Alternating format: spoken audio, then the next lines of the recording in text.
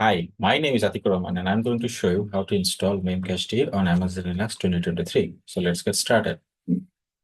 I'm in my EC2 dashboard, and I'm going to launch a new instance, clicking by Launch Instance button. And then I'm going to type in the Memcache. And the OS, I'm going to choose Amazon Linux 2023. The instance type is T2 Micro, that's fine. I'm going to use a key pair that's I already created previously. And I can use any existing security group because I already created one. That's fine. So clicking on the advanced details, I'm going to choose an IAM role that I created previously. So IAM role allows you to connect to the instance via the systems manager. So if you have the correct permissions of SSM, then you can connect your instance from the browser. I'm going to show you that as well. So click on launch instance. And then it will, I think, take some time, maybe 1 or 2 minutes. So just have patience and wait for that. So there are two ways that you can connect to that instance. You can copy the IP address and then using PuTTY or SSH client, you can connect to that instance. That's one. The another one is a very cool one, is that from the browser. You can connect to that instance from your browser if you have an IAM role assigned to that and proper permissions. So I'm going to try to connect to that instance via the session manager.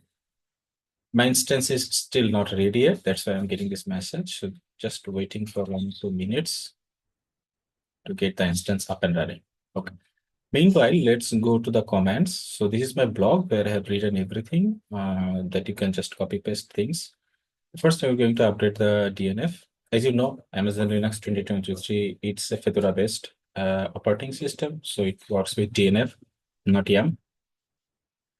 So sudo DNF update, and then we're going to install Memcached. We're going to start the Memcached. We'll check the status. And then we will install Telnet to connect to the Memcached. We will run that command and we will retrieve the key. So that's the plan. Now let's copy this command. Go to the connect button again one more time. And yeah, it's showing the connect button. That means my instance is up and running and I'm going to connect it.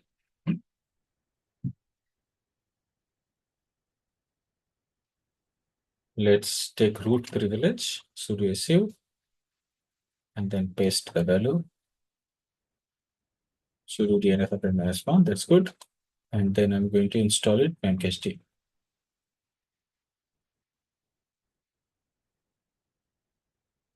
Sudo dnf install memcached -y. So if you give -y, then it will not ask your permission, it will just install. If you don't give -y, like sudo dnf install memcached, then it will ask you a permission and you have to press y. So it's a shortcut to avoid like giving y in the middle of installation. So you are giving the y advance. Okay, my installation is done. Let's start it.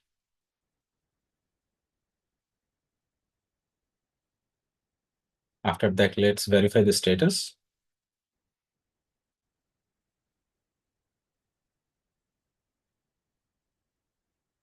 The status is active, and then we are going to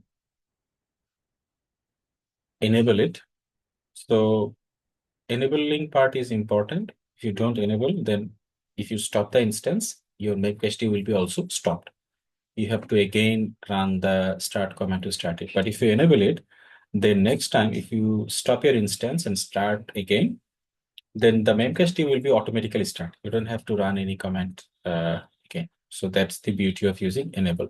So always use enable to avoid any restart failovers. Okay, so the next command is install telnet, and then using telnet, we're going to connect it.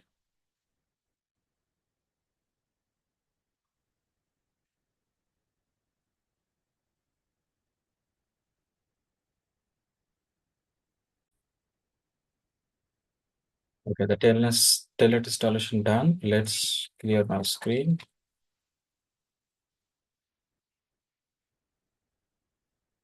And then connect um, Telnet localhost, and then the port is 11211. This is the port for the Memcached.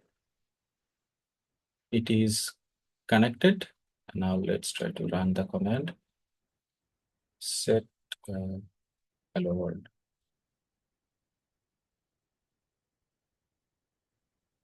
Stored, right?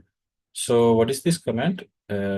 Set is the command, my key is the name, zero is the usually zero, and then this is the second zero is for the expiration. If I set zero, that means it will never expire. But if you set some value like 60, it will expire in 60 seconds.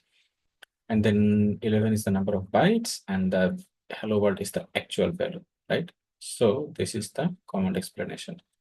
We have stored that. We can now fetch it using get my key command.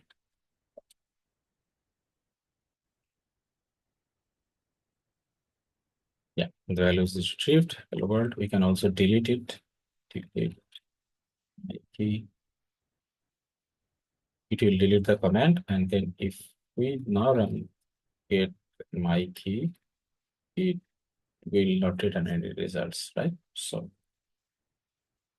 okay, I think this is the full tutorial on Memcached. This is where we store temporary data, right? We don't want to store our permanent data here because permanent data, there are different storage available. MySQL, you have Oracle, MongoDB, whatever. There are multiple options available for permanent storage. But Memcached is for storing temporary data. Why do we need Memcache? We can use Memcache for storing cache data, maybe temporary query data, or this kind of data where it is short-lived, and if we delete it, it will not harm at all. So this is an example how we can install Memcached. There are some managed service in AWS also available. You can also check it with Elasticache. There is also a there is an option for Elasticache with Memcached as well. This is a managed service, so its cost is slightly higher. But if you have the skills to run it inside an EC2 instance, you will get it much cheaper. So that's it about Memcached. If you like this video, please share it with your friends and subscribe to my channel, and put your comment what kind of video you want to see in future. Like you wanted to learn about how to set up private AI or anything cloud AI or LLM. What do you want to learn? Put into your comment and I will try to cover that in next videos. Thank you. Allah Hafiz. Assalamu alaikum.